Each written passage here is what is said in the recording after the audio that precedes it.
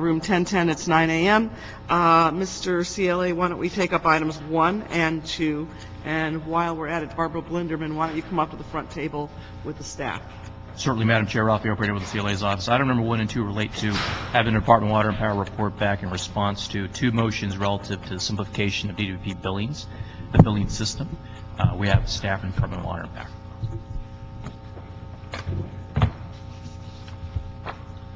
And why don't we let Barbara speak first, since this was her idea?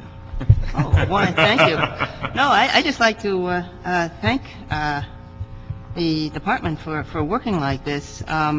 They seem to have produced, I've seen the model that they produced, and it seems to tell you what you want to know. I would like to say just a couple of things. One, I was a couple of the focus groups, and I was really impressed with the citizenry there, especially the younger ones, who really had some very helpful suggestions. I understand that this is going to involve not only a change in the bill, but a change in the website, which is wonderful. I do have a question about the sanitation charges and the explanation, simply because they're the only things I don't understand now. And I don't know if it's on the last page, and I don't know if it can be understandable. But I just like to say thank you, and I hope that people appreciate the transparency and the ability to read this. Why don't you put your questions on the record, and then when they make their report, they can respond to it in the report. Yeah, well, on the last page, with the explanation of customer service, there's a little green box, Bureau of Sanitation, that has an explanation of the sewer charges. First of all, I didn't know that the sewer charges were part of DWP. And secondly, I just don't understand. I don't think there's a way of making that clearer, but I just don't understand what they're talking about when I try to read it. Otherwise, it's very clear. We'll take a look at it one more time to see if we can make them even more clear than now. It is really complicated calculation, so. And, well, thank you, Barbara, for your involvement, for your participation and feedbacks on this. I know you were involved from the very beginning on our focus group. So anyway, we currently we're on schedule. We have pretty much finished the design. Here's the sample bill prototype. Here's Mr. Matt Lamp, the CIO. But go ahead. Yeah, just to say, for that bill, this is sort of the detail level specifications for the people who actually have to then do the computer composing and set up the things actually to produce that bill in the kind of volume and speed that we need to produce them when we run upwards of 30,000 a day when we're printing. So just in terms of the efficiency, give us an overview, just a synopsis rather, of how you have revised it. Okay. Well, or redesigned. Let me put this into a context of a project where our heavy-duty printers that print bills were basically at the end of their life. So we started a project to replace those printers. At the same time, we've been working with customer service and talking to council, talking to the commission, talking to our constituents. It was very clear that we needed to do a whole redesign of the bill at the same time. So we combined those 2 projects because we wanted to make sure that as that bill was redesigned, that there were no incompatibilities with what we were doing on the technical side. So this project really involved replacing the printers, changing out how we actually composed the bill, having a new design, and in conjunction with that, replacing a lot of how we do actually automate the mailing process for those bills.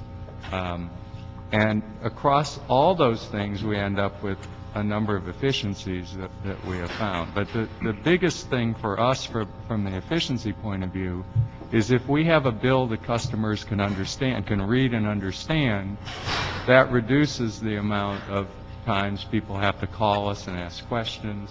And that is really the biggest efficiency driver. There are some efficiency drivers we found in automating better the print-to-mail process so that we have less manual handling on sort of special bills. But the big issue was coming up with a design that we really thought could be effective. that process. Okay, go ahead. Yeah, currently we receive somewhere around 15 to 20% of calls related to a bill. Some can't understand it, want explanation more on that. So hopefully with this better design bill, simplified bill, that we will significantly reduce the number of calls to our call center, which the volume is fairly large. For the record, Mr. Koretz is present. On August the 3rd, the Board of Water and Power Commissioners approved an agreement for $57 million with PricewaterhouseCoopers to assist the department in the improvement of customer information, or the system itself. So can you talk about this agreement and how it will help this project specifically? Yes. This bill is still produced from the data and data structures and programming of a system that basically was put together in the 70s. Almost all, when I talk to other utility CIOs who are replacing their customer information service systems, they're replacing a system that's a whole generation, 20 years ahead of the one we are now replacing. So what that project is about is replacing the whole application that drives how we handle customer accounts, customer billing, customer information, etc. And that's absolutely necessary to be able to really do the things that our customers, our commission, and the council are asking us to do in the future. That's what that project is. This project was to create a bill that we could produce today out of our existing system that would improve the comprehension of the bill, and give us a model that, as we have better information and more access to information through a new system, a much more modern system, that we could further enhance the kinds of information, that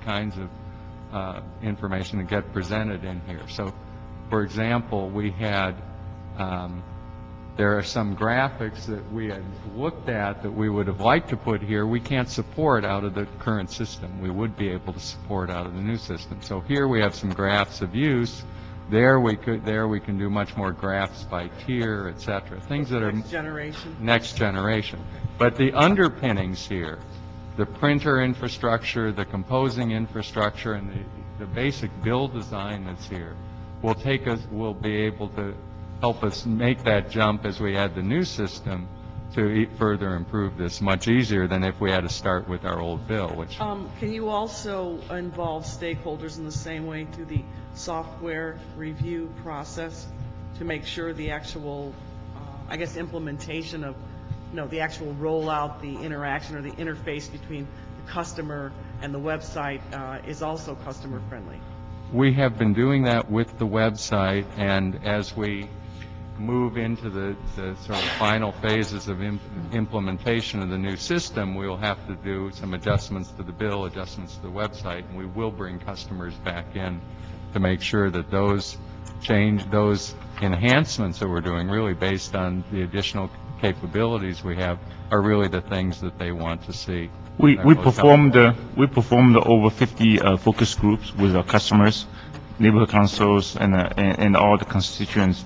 And just one more point, for this bill is really lays out the foundation for future enhancement, where the vision is that in the future we will be able to better segment the customer, understand the individual customer's profile, be able to communicate better with the customers through this bill, and not just a generic insert in the bill where most people don't take advantage of some of our programs. Obviously, there's a lot of interest in this, and again, I want to thank Barbara Blinderman for really bringing this to our attention. Yeah, just one more thing, if I may. First of all, go for the under 35 crowd. They were really smart on those circus focus groups. But on the website, I'm learning how to use it. I just wonder, I'm suspicious of using my credit card on it, but I can still go to the website to get information. For efficiency purposes, as far as going paperless, what do you do if there's a crash? I mean, my computer crashed the other day. For the future thinking, how do you protect consumers in case they opt for paperless and then don't get it in the mail and get their water turned off? I don't expect an answer now, but it's one of my problems as a customer. I mean, one of the clear things in the law is that even if you're on paperless billing, if we're getting to a shut-off situation, we have to deliver you a paper notice. We have Okay. to deliver you a mailed Okay. notice. Yeah. So Yeah. there are some protections in the system that even if you go paperless and have that kind of problem, you get a formal notice before we would get to a shut-off. Yeah, it'd be nice to know that. Good. Okay. Thank you. Okay, so, there's two motions here, and one was generated by me and the other one was generated by Mr. Smith. And mine was based on what Ms. Linderman had asked me to do. Mr. Smith's motion mentions that customers that have sub-meters receive two bills, and that these bills fail to clearly explain what the customer owes. So what are you going to be able to do to address that issue? Yes, Madam Chair. We were aware of the issue some time ago, and the problem caused because of the surge in the interest on the private meter in order to reduce the overall sewer charges for customer. So we had a surge of over 8 to 9,000 customers that signed up for that particular program. And we had a manual process where we had to bill the customer, and because you have to take whatever the consumption, subtract out the private water meters reading in order to calculate the actual bill. And it's very time consuming. So we were able to automate that whole process for those 8 to 9,000 accounts, sometimes in March and April of this year. So we are just going to test out those automated systems for a little bit longer. Probably within the next 30 to 60 days, we will combine the two, back the two separate bills into one, since there's no longer, a backlog on the billing of those bills because it's all automated. Let the record reflect that Mr. Krikorian has also joined us. I'm going to ask Mr. Koretz or Mr. Krikorian if they have any comments or questions before we conclude on this matter. Actually, it's pretty good. It's more understandable than I expected in terms of the look of it. Just looking it over, the one thing that I think could use a better explanation still are the tiers. I'm still not sure if I was, an average, not very focused on this user, that I would understand, why you got charged more in the first tier or in the later tiers, and how you allotted the tiers, and somehow I'd like a better sense of it if I were a customer. Okay. Most of it's actually pretty understandable, surprisingly so. I also don't know if there's a way to attract a little more attention towards the paying your bill section, because I think we really do want people to go to paperless billing and electronic payment, and all those things are desirable to know. So if there was something else you could do to draw a little more attention to that section, I would probably do that. Otherwise, I think this is a pretty good step in the right direction. Thank you. And I thank you all for helping us get there. Krikorian. No, I agree with Mr. Kratz. It's a big improvement. One of the challenges with making the tier system understandable is that it's complicated. It's not so much the visual display of it, but it's a complicated system. And so I think this is a step in the right direction. If we can go back and try to provide some more explanation to consumers, whether on the bill or through other means about this, I think it's helpful. But I'm not sure if that can be done in a simple way, just because it's not a simple formula. So thank you. This is, I think, a very good step in the right direction. Thank you. All right. Ms. Linderman's put some additional comments and questions on the record. Both Mr. Koretz and Mr. Krikorian have mentioned the tier system. We don't have a formal report yet on this matter, so why don't we bring it back in 30 days, and then in the 30 days, if you would come back with your timeline for rolling out this new iteration. And then, before we are done, Dr. Williams, why don't you come up? There's a chair here on the end. Dr. Williams? This is on 1 and 2.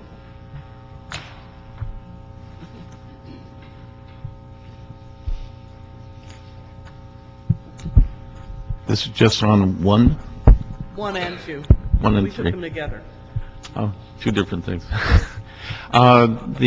Sorry, Dr. Clyde Williams, 4115 Barrett Road, El Sereno, Northeast LA. The bill. Most of our people that come to neighborhood councils complain about the bill. They see 4 different bills, actually. They see one for sewerage, one for solid waste, one for electricity, and one for water. Just think, the fire department just sent out a notice, and they got $13 automatically. Why? Because nobody wanted to take the time to read it. Is it confusing? Yes. Does it need to be simplified? Yes. Does it need to be based upon a 21st century computer system? Yes. It's ancient history. However, it also confuses everyone. Nobody knows what ECAF is on the bill when it actually comes. They don't know what the rates will be during the next so many months. So we're confused. In one case, as if you have a separate meter for your vegetation, that's one thing. Hey, how about for fire? Supposedly there's a reduction if you can show that you're irrigating for fire purposes. However, we have the U.S.'s most stringent brush clearance requirements in the United States. So I don't understand how they actually even come to the basis of calculating it for over 1 million parcels, 800,000 to 1 million. So it needs to be online, accessible by our credit card accounts and or our meter accounts. It needs to be done, and soon, because nobody really knows where it's going, and that's my biggest concern, where it's going. As far as 1309, I wish there was some consistency between what's on the paper, what's in the city files on it, because it seems to vary from one period to another. Thank you. Thank you, Dr. Williams. All right, that'll conclude items 1 and 2. We will go to the remaining item. Yes, item number 3, which has actually 3 components. Who's here to report on that? Item number 3A relates to a report back from DWP relative to the Everhard Roofing Agreement. This item was 245 by the council on July 22nd. This item was also continued from this committee on the 29th with a request that the department report back relative to involving the community in the restoration of the John Farrow building. Okay, and then we're going to do this as an A, B, and a C. For the department, I just wanted to remind you that back when Mr. Nahai was the general manager, we instituted a new procedure, a conflicts check, and that every contract was to have included in the file a form that showed that the department went through a conflicts check to disclose any relationships, anyone dealing prior, whatever, within a reasonable period of time. And I need to remind you of that again so that you can take that back to the department, because I don't know that it doesn't appear that these were done in the case of the A, B, and C. Am I right, Mr. CLA? Yeah. Yes, that's correct. Okay. And as part of oversight, I have to require that. If I may address item Yeah. 8.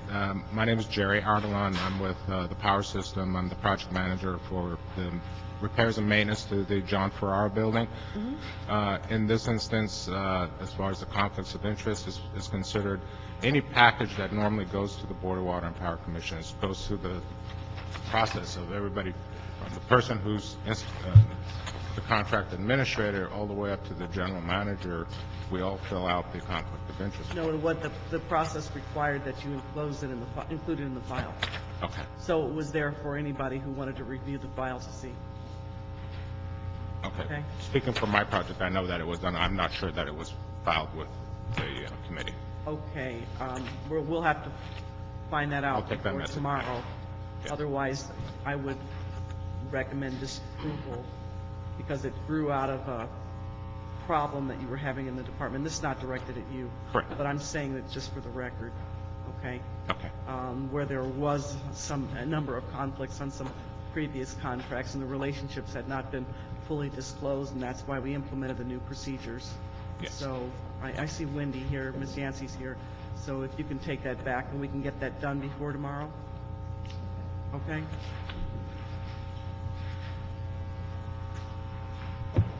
Just to be clear, you're looking for the background information on the process of the conflict of interest per I contract? think we actually did. We actually designed a form, and I think Right, Mr. and you wanna Nussbaum followed the format that was used by the Ethics Commission. Right. And they do it over at the CRA.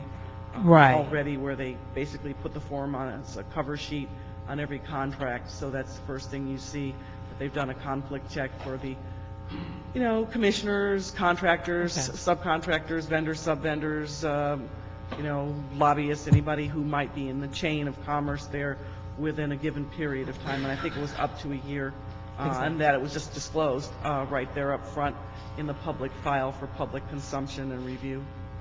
They are still following that procedure. However, I will look to see why the form or where the form is during the in finalization of the process. Not only find out for me by tomorrow with respect to A, B, and C on today's committee agenda, but if I need to, maybe what we need to do is to send a letter over there to remind them again for the record that this is a process that we invoked quite a while ago, and it needs to be followed in a consistent manner. Certainly. Just to clarify, these three items are actually before the council today, item number 37. So perhaps what we could do is have the department provide that background information today, potentially, so you could review it. There is a conflict of interest statement in each of the Yes. in each of the reports. What's missing is the background data. So perhaps we could work with the department to get some of that and see if that satisfies the committee. Okay. All right, go ahead. A. Thank you, Ms. Yancey. So it's my understanding you had some questions about the scope of work. So basically starting, this is our main headquarters, the John Ferrara office building. And we're starting from the top. We're going to replace the roof. The roof was replaced about 15 years ago. There's issues with it since it's a flat roof and it's deteriorating early. So we're going to be replacing it, adding more drains, adding more slope to it, so that we don't have the leakage problems that we're currently having. Next, we go down to the Granite Podium. That is the area on the lobby level surrounding the pool or moat. The building was originally built in 1964-65. Since then, the granite is moving due to the expansion and contraction on a daily basis, and it's actually moved several inches, and it's actually pushing pieces of the granite into the pool right now. It is a safety hazard as it's creating cracks which we cannot repair. So basically, right now it's floating on this waterproofing membrane that's currently installed. We're going to remove the pieces, clean them, replace the waterproofing system, put an anchorage system in, and replace the granite pieces without breaking them. Whatever does break, we do have a source that will match the granite, so it'll all look the same. Yes. This is a historically designated building and an iconic building for Los Angeles. Have you engaged on any level? I understand you've spoken with the Office of Historic Resources. Correct. I'm sorry, it's not designated not. as a historical resource, but it is an iconic building. Yes, it is. Have you done any sort of community outreach or input on this project, or do you have any intention to do that? As I've indicated, I did talk to their officers, and I had another discussion with them yesterday. Since we are maintaining basically the main architecture and the look and feel of the building, there's no concern on their part as to what we're doing. We will actually have a meeting at the job site and go over it with the architects, but as far as outreach to the community, no, we did not, because we weren't changing anything. We're basically, the whole intent of this whole project was, when it comes down to the bridge, the granite podium, and the pool, is not to change the look of the building. And as I've indicated, the only thing that'll look a little different will be the handrails. And then one quick question, and also I want to recognize that Mr. Alarcon is here. $8 million contract amount. Yes. Given the level of restoration and rehabilitation you're going to do, I'm assuming that on each aspect of this contract, you competitively bid it, correct? Yes, it was competitively All right, open, and then it's an open bid. with respect to your ability to contain costs, what checks and balances do you have in place to be able to do that? The ability to maintain costs comes through proper contract administration and control and oversight over the contractor. Eberhard happens to be one of the better contractors out there as far as in the roofing industry. We've had experience with them before, and they do many, many projects for the public sector. On the other hand, it's up to us to monitor their work and to control change. This building and the scope of work under this contract is pretty much open, because we've done some investigative work. The only thing we don't know, what we can't see, is what's under the waterproofing underneath the pool. Other than that, everything is open, clear, and we have very tight specs. It's actually the second time it's gone out to bid. We had 9 bidders on this job, with very little questions or changes or addendums during the bid process. So we feel comfortable that the project will come in within budget and pretty much in schedule, which is about 9 months. Okay.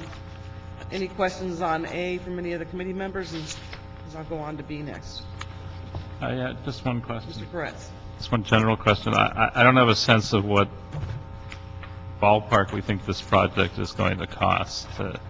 Do we have a general sense of what that dollar figure would be? Well, it was competitively bid, so we have a hard price for the whole scope of work. What is that? It's about $7.4, I believe, million, and we did put a 20% contingency in there. 20 or 10? I'm sorry? 20 or 10? We put a 20%.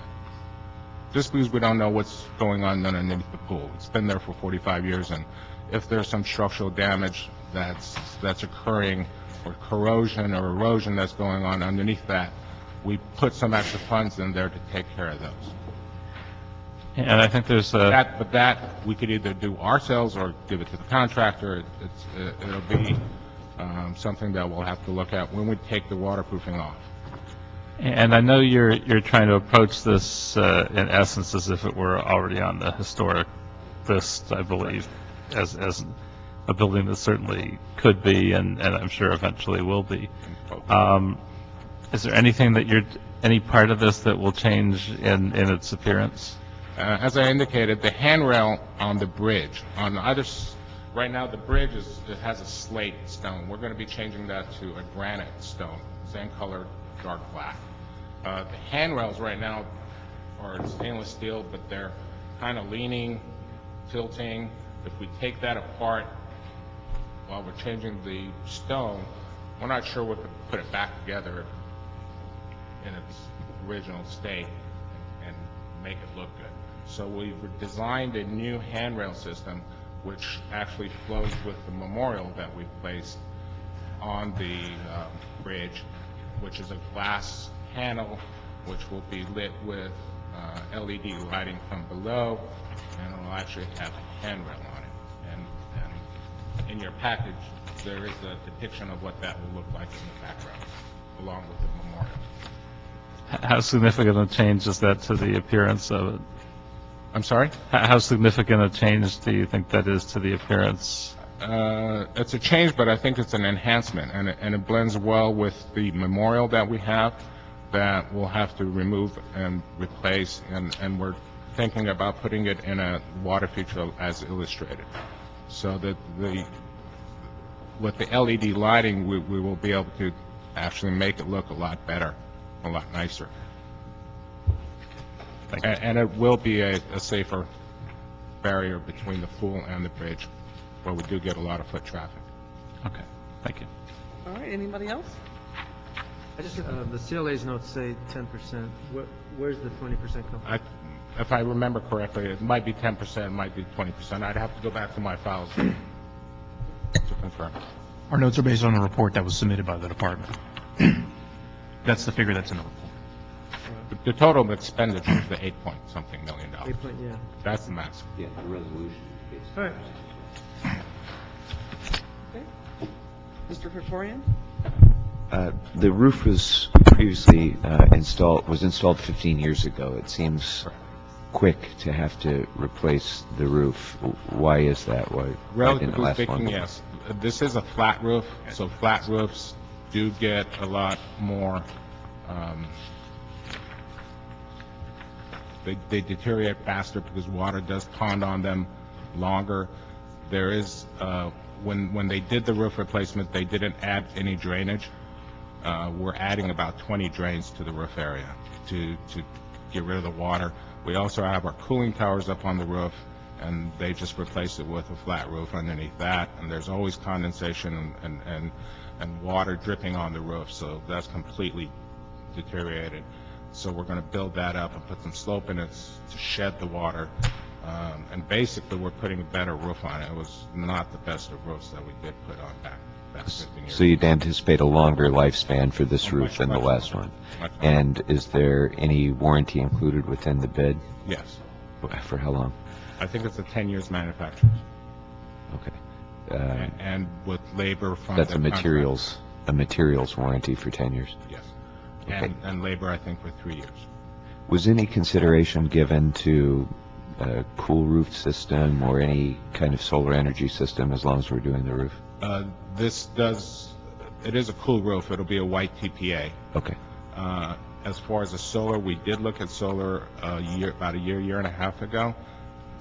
If you look at the picture of the building, that screen on the top creates so much shade on the interior of the roof that it just doesn't pan out to put any solar up there.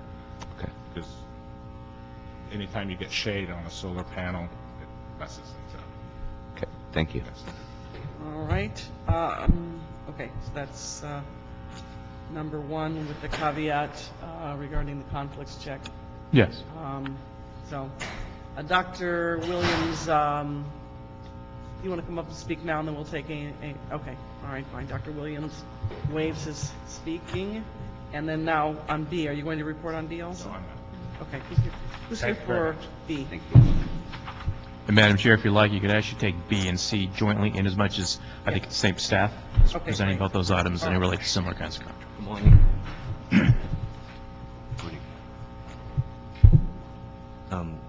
So we come in here ask you to approve the contract 134 and the other contract is 169. Once the for air service is just telephone airtime we're paying to get the data, and 169 is our basic meter. We use about 60,000 meters in the field. When custom call, they moving, you need a new meter. These are our basic meter stock, so we have to have that. We pretty much run out of those stock right now, and for us power system to operate, we need those meters. And the air times again, we get the data. I'm glad that you just reviewed the CIS system, and all the data feed into the CIS system. CIS system don't know the reads, the tier 1, tier 2 reads. They don't know that. Have to use these meters and gather the data. We are doing the automatic meter reading, get the data from the field, so the airtime, we download it every night, and then we feed into our CIS system. So in the future that our customer can see the usage information the night before, and they can, doing energy efficiency and the auditing, everything else, so that's critical. We have to have a meter. It's hard to explain meter. What's the meter, doing normally?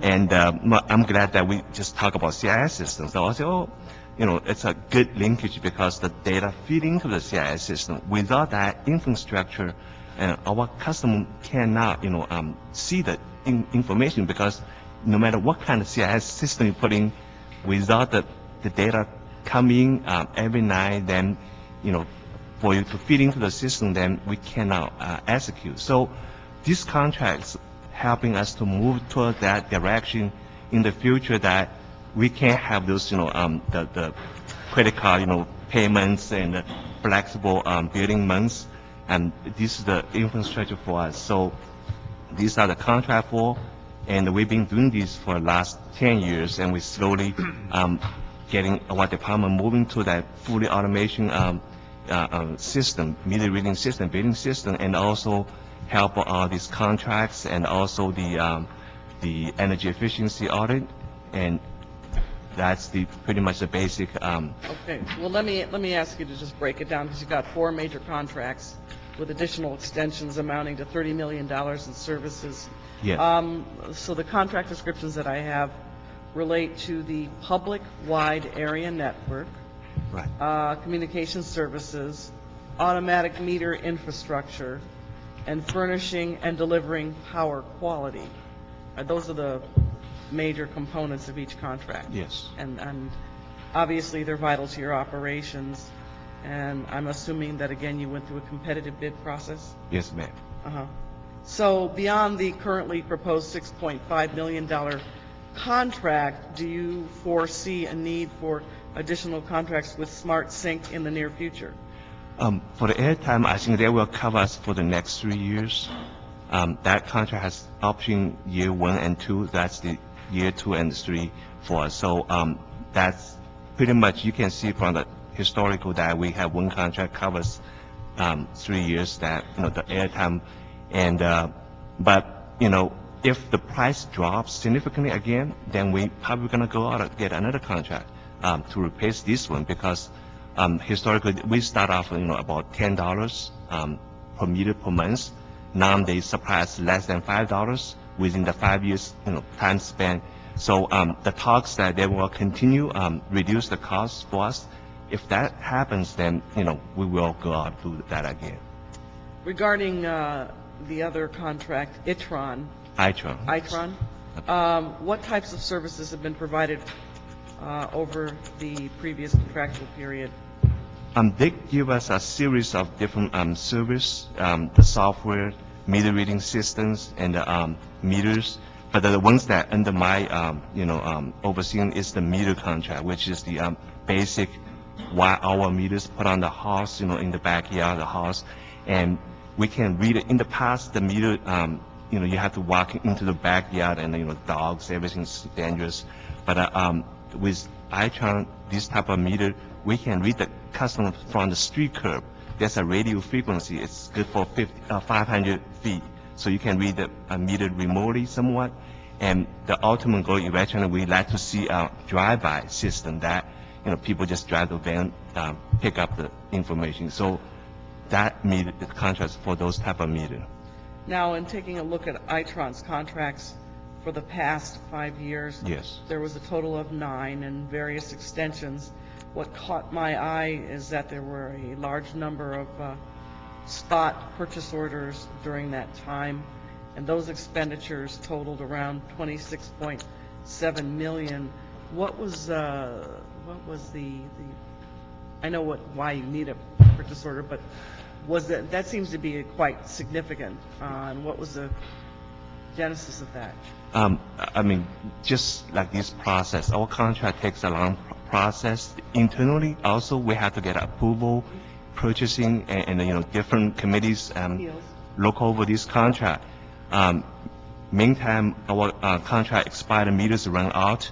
So in order for us to sustain the regular, daily operation, we have to go out, spot purchase the meters. And in this case, you see this spot purchase, it's all go back 2009. We pretty much run out of meter at this point. And if we don't have this contract, we have to continue spot purchase. Otherwise, we don't have meters.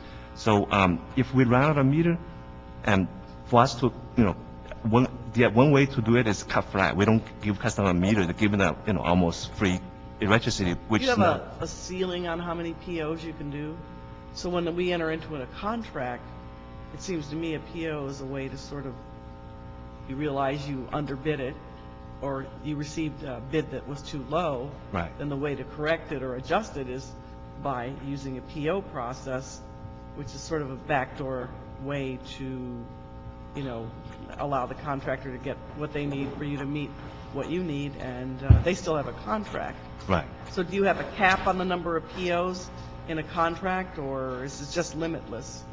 I think we should have it, but in this case, I think what we, have to just, the operation, we can't just leave the customer no meter, so. Yeah. You know what? Let me ask the CLA. Let's take a look at that issue. And, let's see, let's dig a little deeper on that issue. Right. Right. We don't have, contract is expired. We're not running out of it, pretty much. That's the spot purchase coming. And if we don't have this contract, we're gonna have to. It's business. Oh, no, I don't doubt that that is something that's a tool in the event you have an expiration. Right. What I'm asking, is there any sort of policy on capping the number of POs that you might use in proportion to the amount of the contract? We should. I mean, we should Yeah. have that. Well, why don't we, that's what I want to take a look at. Okay, so do you anticipate any additional contracts with it's Itron? Yes. In the future? You've got one current proposed contract for $15.6 million Right. for a term of 1 year. Right. So is the department anticipating that they will need any other contracts with them in the future? We will go through the testing. Right now, we're through the smart grid demo project. We test different vendors again, and then if they come out, ahead, then we will. But if some other vendors' technology is better, then we will switch. Right now, we have no plan to go ahead and do it, but we're gonna through the committees and as a whole department, we try to vet it out which next technology we're gonna use, because AMI, it's pretty difficult right now. People walk into those huge contracts. They talk about $1 billion contract. Edison did one, PG&E did one, and we try to do it, nibble these a little bit by little, make sure our ratepayers protected, not exposed to one wrong technology. So at this point, there's no clear leader in this field, and that's why we're doing small projects that way. Committee members. All right. Mr. Krikorian? I have a kind of a process question. So in this case, in the Itron contract situation, put out an RFP, both bidders are non-responsive, and then you make a staff analysis as to why they were non-responsive, and you begin a negotiation process with them to resolve the non-responsiveness of the bids. Who does that?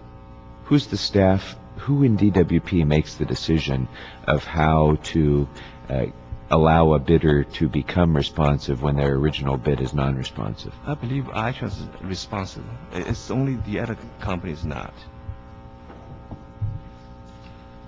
What was that? The Itron is responsible. No, that's not the case. The report says that the lowest bidder was HD Supply Utilities, which was non-responsive, and then the only other bidder, Itron, was also deemed non-responsive because the bidder didn't complete the portion. That's what the Commissioner's report says. Dahlia Tran, Department of Water and Power, you are correct. They were both considered non-responsive. Purchasing is responsible for managing the determination of whether or not vendors are non-responsive. I believe the legal is also involved in checking their analysis. The final decision, I'm not sure, but I believe it comes from legal. And then after the determination is made, the contract administrator is given instruction from purchasing on how to proceed.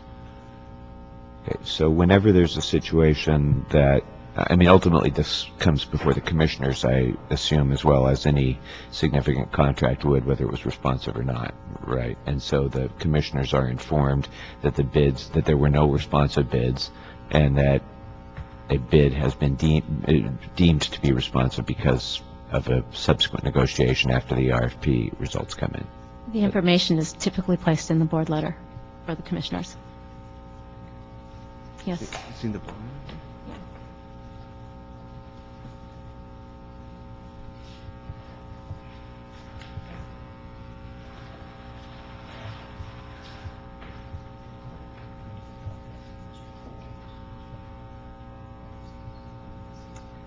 Yes, sir. It's in the board letter.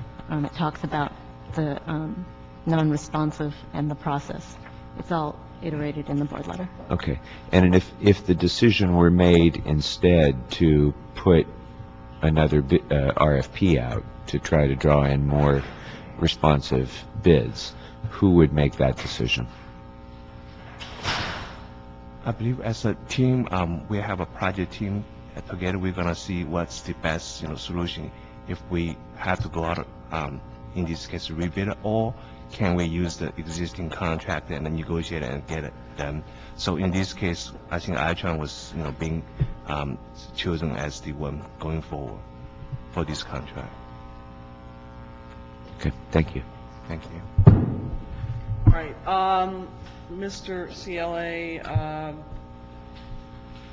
I know you said these are on the agenda for today, and I want to make sure that we insert the language requiring that they add in the conflicts check in the file, even subsequent to today's action, and that message be taken back to the department, that I want to make sure that we have full compliance with the procedures that were implemented when Mr. Nahai was the general manager, and they did agree to that.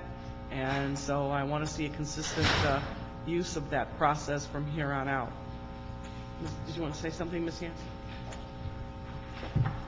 Just wanted to assure you that that process is still being used, and we still do have 2 ethics officers who are responsible for the conflict of interest process, and we will actually have them here in council to confirm that. But going forward, I will let them know that the actual forms and documentation of the process should be included in the board package. So that everybody understands, this grew out of a concern that I had, that, people come from the private sector, the public sector, the private sector, the public sector, and sometimes not enough time has elapsed between the time they served in either side of that equation, and may be involved in a chain of approval or chain of commerce.